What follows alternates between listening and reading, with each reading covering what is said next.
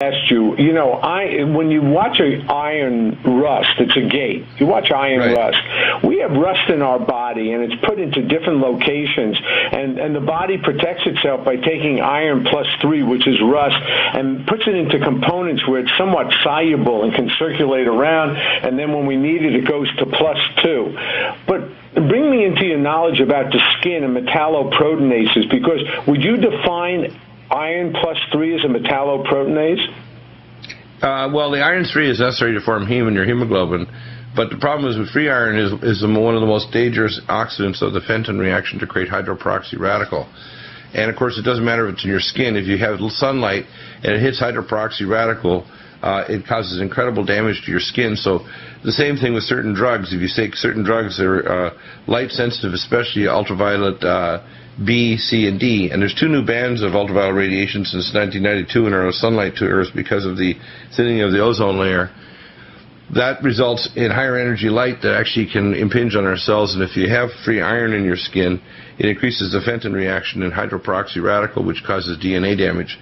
And the primary thing that reverses that is vitamin D2 and D3 and the ergothioneine transporter that repairs the DNA damage, because you get DNA adducts, where the DNA cross-links and you get thymidine dimers, as well as DNA oxidation of the primarily the uridine component of DNA, of RNA. Yeah, but how does the metalloproteinase influence your extracellular matrix? Well, the matrix metalloproteinases are the primary buffer against these free heavy metals that can cause oxidative reactions. And so without iron is a free heavy metal, so it would cause oxidation reactions, as you said, by the Fenton reaction. We have evidence now that if we knock out the transporter, we get high levels of free radicals. Now, we haven't published this yet, so the Germans did it, and we're going to be coming out with a paper on that, but one of the highest levels occurs in the skin, in the barrier against damage from radiation, from UV light. So when you knock out the ergothioneine transporter, your highest level of free radical accumulation is in the skin in the animal model we use. And that fits in with exactly what you're saying. Yeah, and most people aren't aware that the connection between the cytochromes in your mitochondria to actually transport and convert oxidative degradation through the Krebs cycle and the glycolysis cycle, is basically an iron-containing molecule associated with vitamin B1, B6, etc., and manganese. And so iron is a necessary component, but it's also dangerous. It's almost like the mitochondria generate a fire of free radicals, and to buffer those, things like myco-D2 and the teloderm cream in the skin act as almost a radiator to cool the mitochondria, to cool this free radical, the sparks that are flying off the mitochondria and the cells, especially when it's impinged by ultraviolet light and ionizing radiation. So in a sense, it's the radiator of the cells, the D2 and D3. Well, so we may have the nuclear reactor cooling system. It's like the ergo and vitamin D2. It's the cause, for example, of Fukushima was a torus cooling system failure with the hydrogen buildup that caused hydrogen explosions because they made a faux engineering design. We talk about that every Thursday with our nuclear expert, Chris Harris. The cell basically is overheating, and of course, if you've got mineral deficiencies, if you've got free radical oxidant deficiencies, if you've got nutraceutical deficiencies where those particular nutraceuticals are not inducing the enzymes to protect, and if you've got genetic weaknesses or deficiencies in vitamin D2 and D3, D2 especially, you're not going to be able to cool those free radical streams, and eventually you get mitochondrial degradation, and the mitochondria send a secondary signal to shorten telomeres and to stop the production of extracellular matrix. So when the ECM drops and the telomere length drops, you get big bloated mitochondria, and eventually you get basically cell apoptosis after a period of lack of autophagy where the cells create new organelles. So the cell stops making new organelles, the telomeres shorten, and the ECM drops, and then the cells and tissues become aged. Have there been any research articles published on ECM and DNA damage? Yeah, I think there's a ton of stuff. I pulled up a lot of research literature on that, yeah. Oh, but this is fascinating because this fits in with everything we're doing together with Myco D2, with with the Teleoderm that we're doing now, the skin cream. So we're rejuvenating the stem cells that create the extracellular matrix, that create your keratin, the keratinocytes. Right. So we're there. We're at the basic structure of the house. You can't build the house without what we have. Right, and you're doing some research, too, that's going to allow us to use one of the components of the ergothioneine in our eye formula because, for example, when you get eye damage, most people don't realize the rate of cataracts of pterygium, which is a scleral inflammatory process that creates neovascularization that can cross the visual axis where it grows across this kind of a funny-looking yellowish white, almost blue, with sometimes blood vessels can grow across the visual axis. That's actually caused by ultraviolet light.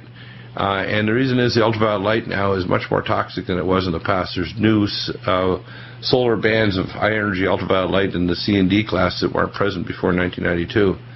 And are you sure about that? Wait. When did you find out about that? Last year, I had one of my scientists on that identified the research that since 1992, there's 2 new high-energy bands in the C and D class that weren't present before that. What they're called, C and D? C and D, yes. I call it A for tanning, B for burn, C for cancer, D for death.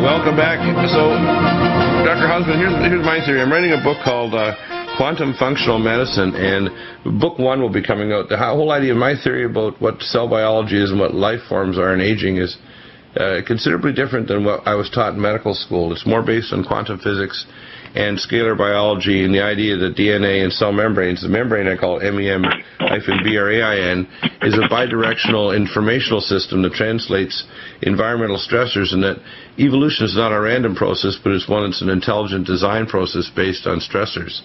And when you use things like ergothioneine, you're able to bring an adaptive range where if someone's stressor increases the rate of cell degradation and damage by 50%, which, let's say we pull that number out since the Second World War, the rate of damage and destruction to cells is, say, 50% more. If your repair mechanisms increase by 25% more, you're going to still have accelerated aging.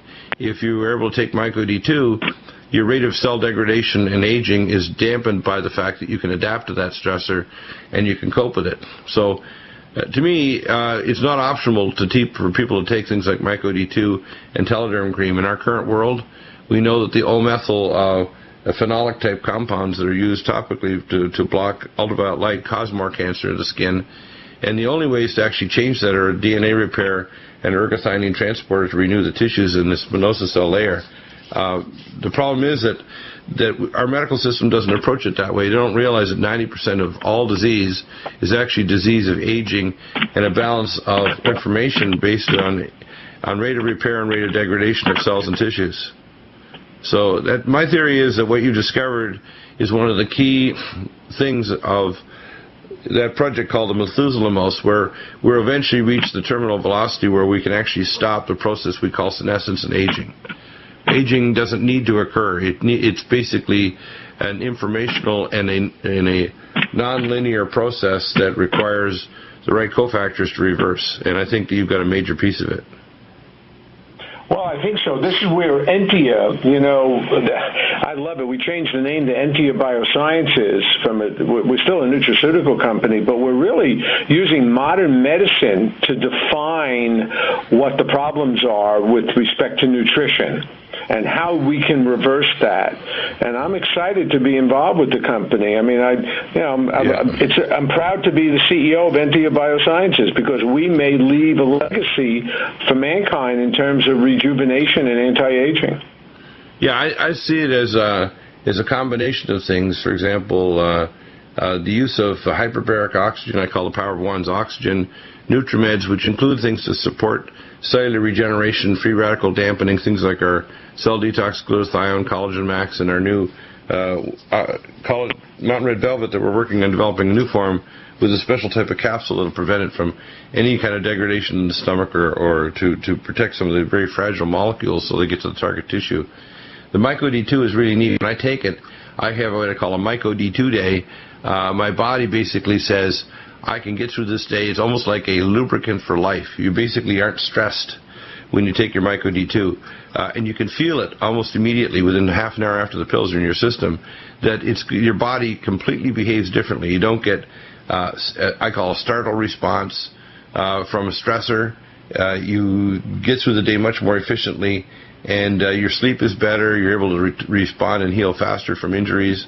It just is completely different. And when you're using the creams, people are telling us that they're actually seeing physical regeneration, not just slowing aging, but actually reversing aging, because I think that the whole process we call aging, people think about the clock, is not an inevitable thing at all. I think, in fact, the idea of tissue regeneration and not only zero senescence, but reversal is actually what happens almost immediately as soon as you start taking Myco D2. I mean, that's the message we have to get on. You are what you put in your body, and we've been, I mean, let me ask you, I mean, how can people, over what period of time can they detoxify? Well, I don't think detoxification is, if you're taking the Myco D2, I think you need to pull out the heavy metals, and heavy metals we use our Keeler Max and our organic non-acid wash zeolite. If you're pulling out chemicals, we use NutriDefense, which is an anhydrous catechin. We use xenoestrogen detox, and then our things like cell detox glutathione, acetylglutathione, long-acting alpha-lipoic acid, and our Regenerex, which is a kind of like a best combination of in gene inducers to induce the antioxidant and phase 2 detoxification pathways. Then our life support for phase 2 detox. Our SGS. Well, let me ask you something for your listeners. Let me bring it down to my level a little bit. You're too brilliant for me, Bill, and I mean that as a compliment. If these heavy metals are destroying hair and skin, right, and our mitochondria, could ergothioneine be a chelator to pull these heavy metals out? Well, that's what its primary purpose is. The ergothioneine transporter is a transporter of free iron. In fact, that's one of its primary purposes is ergothioneine, right? Well, it's one of them. We're thinking about that because we have evidence now that we can mobilize the iron pools, that your iron is dysfunctional in certain areas of the body, right, and we move it into a functional area. But my question is that you talked about reducing exposure, but we are exposed. We have to detoxify. And so no matter what age we are, whether we're in our 90s or 70s or 60s or age 10, we need to detoxify. And so that's a process that the earlier we start, the better we are.